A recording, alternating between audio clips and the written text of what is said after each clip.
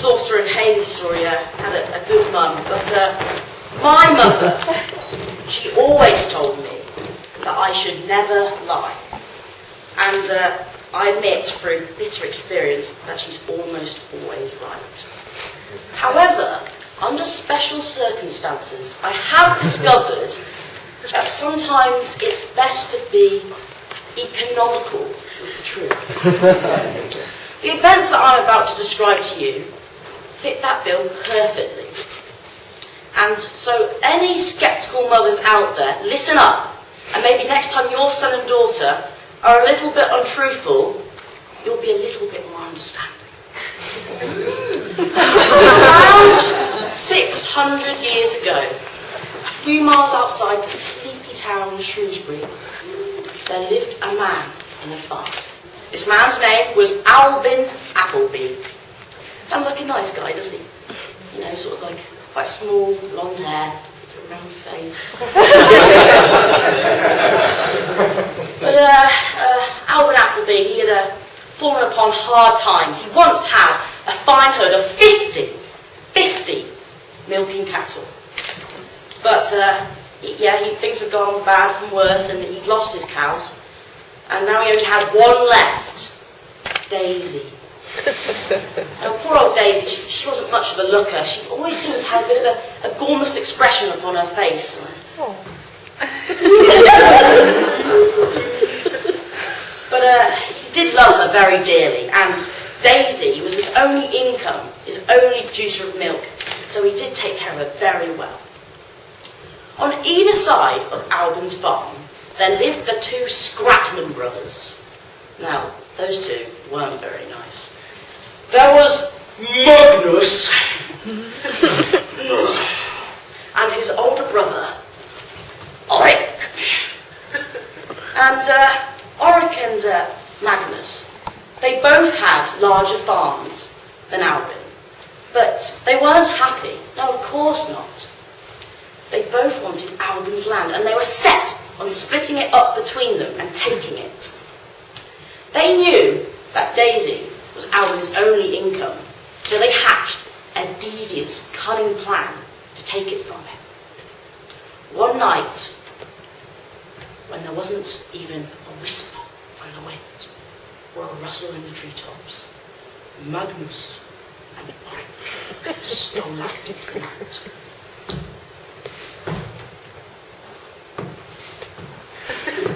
Shh! They climbed over the paddock into Daisy's pen, snuck inside, and fed her a fatal dose of poison. Oh God!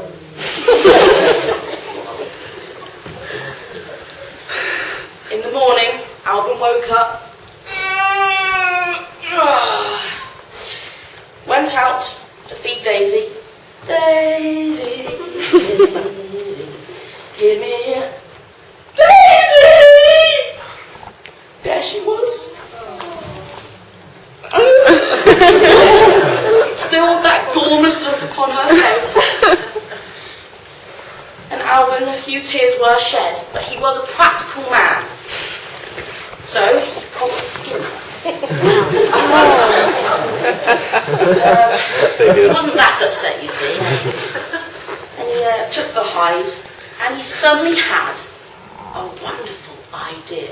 Such a good idea that it made him feel quite famous. He cut a slit into the hide, made a little pouch, and stuffed his last few remaining coins, gold coins, into the pouch. And he went off with his cart to Shrewsbury. He went over the Welsh bridge that takes you into the centre of Shrewsbury and went in to the new inn where there was a new innkeeper. And he came in, and Albin looked a bit scruffy, you know, he was a poor farmer. And the innkeeper said, "Are you sure you can afford a drink?" And he said, "Yeah, I want a drink and a meal." So, "Are you sure?" He said, "Yeah." "Hang on, wait a minute." He went outside to his cart, and the innkeeper was a bit curious. Why is he going outside? So he went to the window, looked out, and he saw him take out the hide, shake it once, out plopped one gold coin. And the innkeeper said, "Well, how did he do that?" be magic. And Alban came back in and said, hey, there you go, I have my tankard and my meal. And he had it, and he drank it all down. He was a bit drunk. My farm's very special. I think my cow's the best. And I'd like to buy a meal for everyone in the inn. Are you sure you can afford that? Yes, I can. I'll just go out.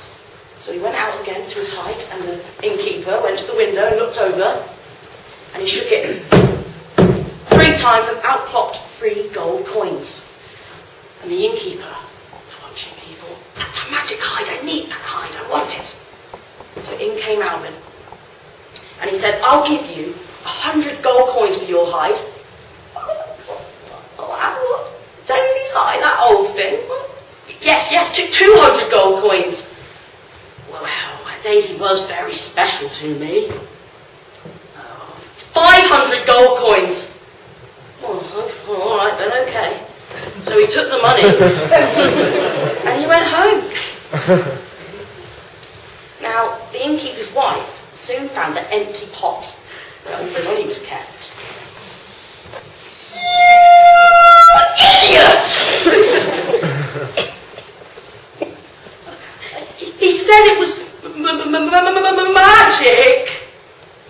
Magic, oh! The innkeeper was a bit dominated by his wife. So Alban went home, and he was sitting there counting his gold coins, and he heard a knock on the door, and in walked Magnus and Oric, looking rather pleased with themselves, expecting to see him quite upset and ready to take his farm off him, and were amazed to see him there with a great big pile of gold coins. And Alban looked up and said, I know what you did to Daisy, but I'd like to thank you. I sold this hide in town today for 500 gold coins. Magnus said, what? So they rushed off back to their farms, and they quickly got about slaughtering every single one of their cows. Every last one, a mess and business, all through the night. And the next morning, they got their carts, Magnus rushed off and Oric, and they went to Shrewsbury, and they saw the inn, and they saw the wife standing on the doorstep. And Oric said, hello, we have some fine hides here. And Magnus said, what about 500 for one? And the innkeeper, his wife, she stood there. You idiots! If you think we're falling for that trick again, you've got another thing coming. Oh! And they had to stagger off with their carts into town, and they only managed to scrape enough money from their hides to buy 1 cow each. So they both ended up with only 1 cow. And Alban, with his money, he went and bought another fine herd of 50 milking cattle. And he did feel a little bit guilty for tricking the innkeeper. So every day when he went into market, he'd secretly leave a nice round cheese and a pint of milk on his doorstep. Because Alban was a nice man. Thank you.